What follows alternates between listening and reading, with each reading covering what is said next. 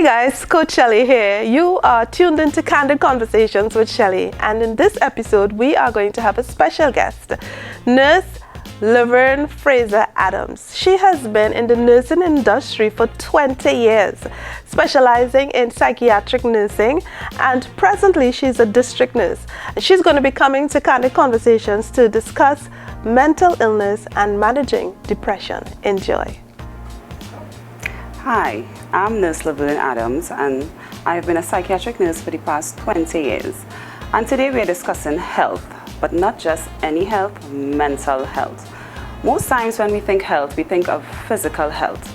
But just as we would exercise, eat well, do everything we can to maintain a good physical health, there's also mental health that we are not always mindful of. So today we'll be talking about the steps to ensure that we have good mental health. But what is mental health? According to the World Health Organization, mental health is a state of well-being in which an individual realizes his or her own abilities. They can cope with the normal stresses of life. They can work productively and fruitfully, and is able to make contribution to his or her own community.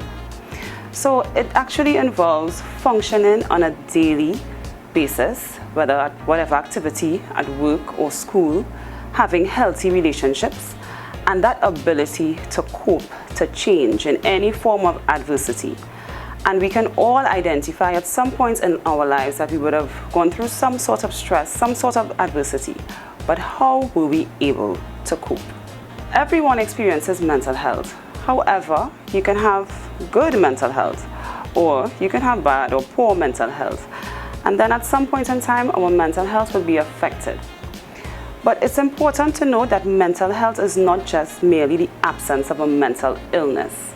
So we may think, well, I don't have a mental illness. I've never been to a psychiatrist or psychologist, so I have good mental health, but that isn't always the case.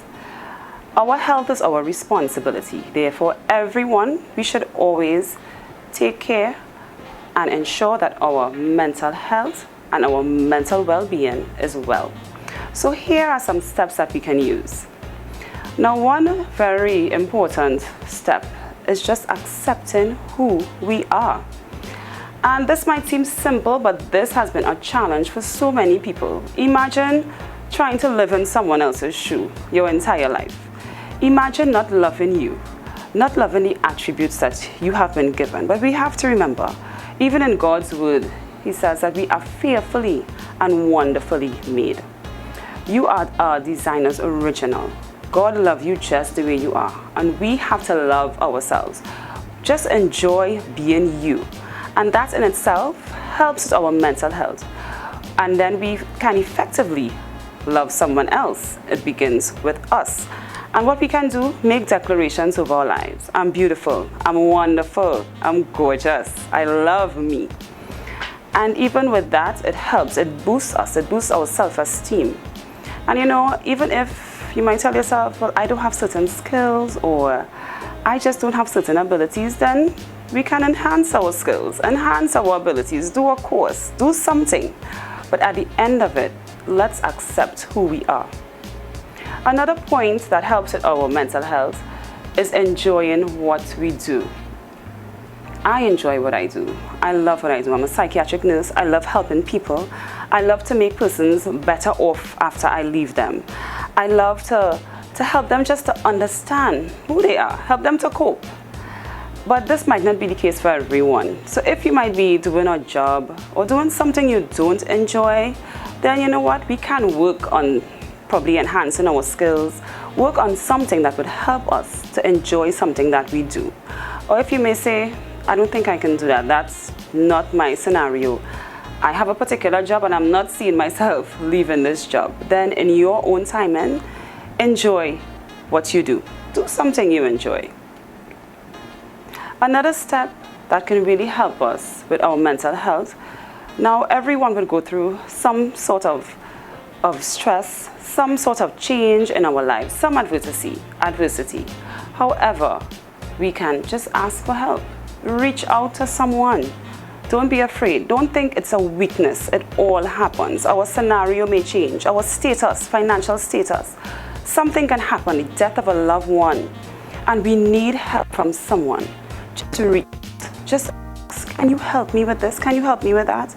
If there's just one trusted individual that you can just find and ask for that help.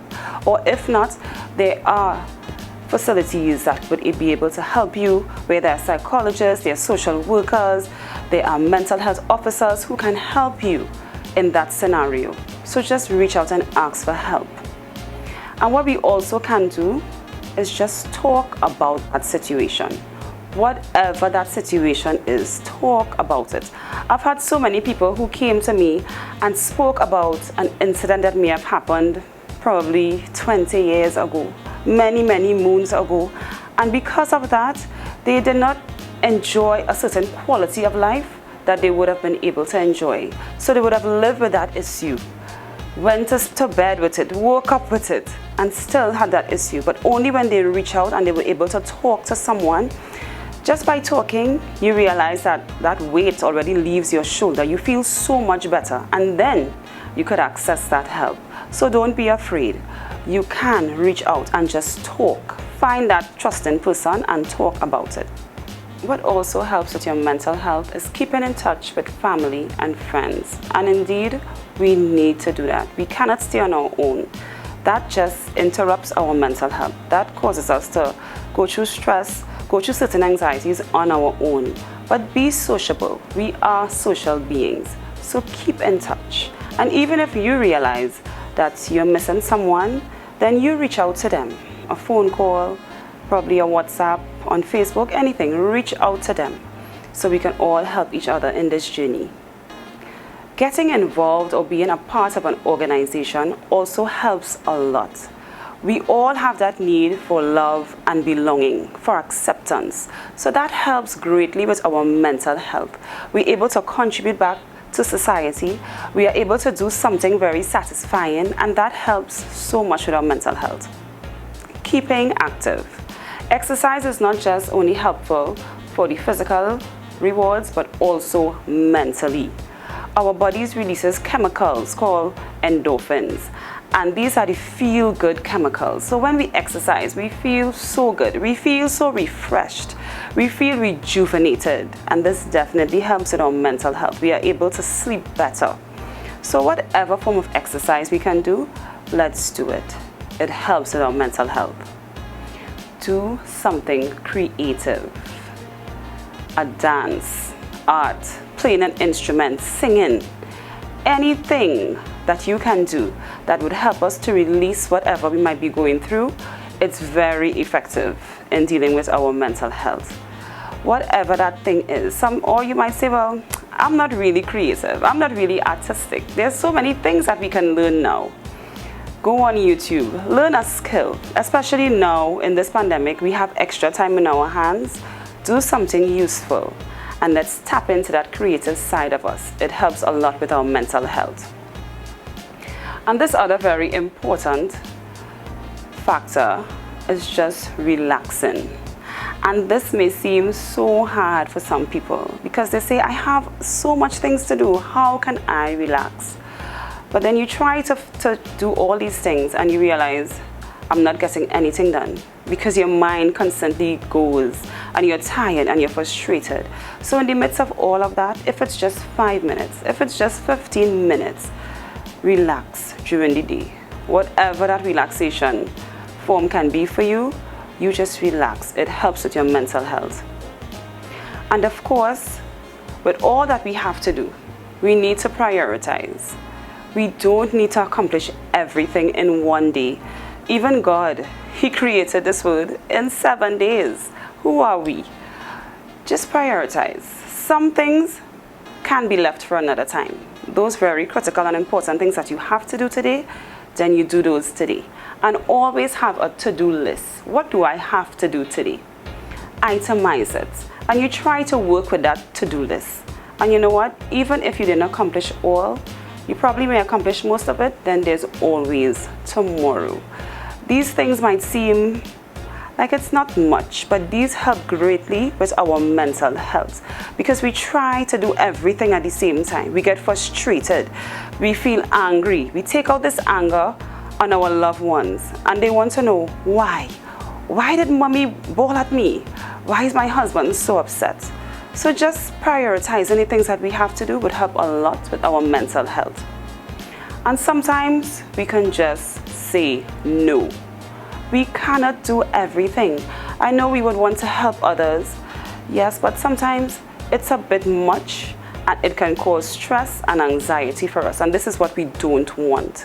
So it is okay to say no, and say no and don't feel guilty about it. Because if we say no and we feel guilty, then we're still stressed. So say no and don't feel the guilt that may want to accompany with it.